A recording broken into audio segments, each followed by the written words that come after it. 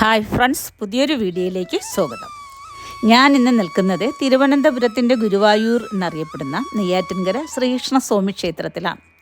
ഇത് തമ്പാനൂരിൽ നിന്നും വെറും 20 കിലോമീറ്റർ ദൂരത്താണ് സ്ഥിതി ചെയ്യുന്നത്. ഈ അമ്പലത്തിൻ്റെ മുന്നിലെത്തിയാൽ അർജുനന് ഗീത ഉപദേശിക്കുന്ന ശ്രീകൃഷ്ണ ശില്പം കാണാം. ഈ അമ്പലത്തിൻ്റെ ചരിത്ര പ്രാധാന്യമുള്ള മറ്റൊരു പ്രത്യേകത അമ്മച്ചിപ്ലാവാണ്.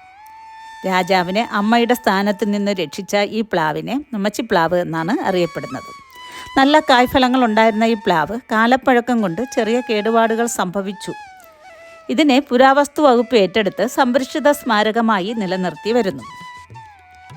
1729, 1758 കാലഘട്ടത്തിൽ തിരുവിതാംകൂർ ഭരിച്ച ശ്രീ അനിഴം തിരുനാൾ മാർത്താണ്ഡവർമ്മ മഹാരാജാവ് 8 വീട്ടിൽ പിള്ളമാരുടെ ശത്രുതയിൽ ഭയന്നും പ്രാണരക്ഷാർത്ഥം നെയ്യാറിൻ്റെ തീരത്തെത്തി.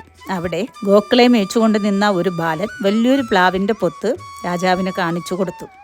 രക്ഷപ്പെട്ട രാജാവ് ബാലനെ അന്വേഷിച്ചിറങ്ങി. കാണാനായി കഴിഞ്ഞില്ല. സ്വപ്നത്തിൽ സാക്ഷാൽ ശ്രീകൃഷ്ണ ഭഗവാനായിരുന്നു ആ ബാലൻ എന്ന് മനസ്സിലായി. പിന്നീട് നടത്തിയ പ്രശ്നത്തിൽ ആ ബാലനെ കണ്ട സ്ഥലത്ത് അമ്പലം പണിതു, വിഗ്രഹപ്രതിഷ്ഠയും നടത്തി. ഈ ഐതിഹ്യം അടങ്ങുന്ന ബോർഡ് നമുക്ക് അമ്പലത്തിനകത്ത് കാണാനായി കഴിയും. ഞങ്ങൾക്ക് വളരെ വേണ്ടപ്പെട്ട കുഞ്ഞിൻ്റെ ചോറൂണിനായിട്ടാണ് ഞങ്ങൾ അമ്പലത്തിലെത്തിയത്. എല്ലാ അമ്പലത്തിലെന്ന പോലെ ഇവിടെയും ചോറൂണ് നടത്തി വരുന്നു. അമ്പലത്തിന് അകത്തോട്ട് കയറുമ്പോൾ തന്നെ അമ്പലത്തിൻ്റെ ഒരു മിനിയേച്ചർ കാണാം. വളരെ ഭംഗിയാണ് അത് കാണാനായിട്ട്. ഇനി നാലമ്പലത്തിന് പുറത്തായി ഉപദേവതാ പ്രതിഷ്ഠകളും കാണാം. ശ്രീ ഗണപതി, ശ്രീ അയ്യപ്പൻ, നാഗദൈവങ്ങൾ. ഞങ്ങൾ ഞായറാഴ്ചയാണ് അമ്പലത്തിലെത്തിയത്. അമ്പലത്തിലോട്ട് കയറുമ്പോൾ തന്നെ ഒരു പഠന ക്ലാസ് നടക്കുന്നുണ്ടായിരുന്നു.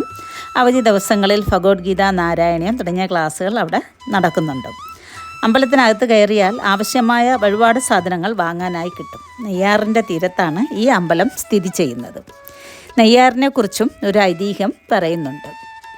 അഗസ്ത്യമുനി സഹ്യപർവ്വതത്തിലുള്ള തൻ്റെ ആശ്രമത്തിൽ യാഗം നടത്തി വരികയായിരുന്നു. ഒരിക്കൽ വില്വമംഗലം സ്വാമിയാർ അഗസ്ത്യാശ്രമം കാണാനായി എത്തി. യാഗശാലയിൽ നറുനെയ്യ് നിറച്ച ധാരാളം കുടങ്ങൾ കണ്ടു. അതിൽ നിന്നൊഴുകിയ നെയ്യും കൂടെയാണ് നെയ്യാറായി മാറിയത് എന്ന് പറയപ്പെടുന്നു. 2025 തിരു ഉത്സവം മാർച്ച് 24 മുതൽ ഏപ്രിൽ 2 വരെയാണ് നടക്കുന്നത്. ഇതൊരു ദേശത്തിൻ്റെ കൂടെ ഉത്സവമായിട്ടാണ് കാണുന്നത്. ഇതിനു വേണ്ടിയിട്ടുള്ള ക്ഷേത്രസമിതിയുടെ കമ്മിറ്റി ഓഫീസും നമുക്കവിടെ കാണാം.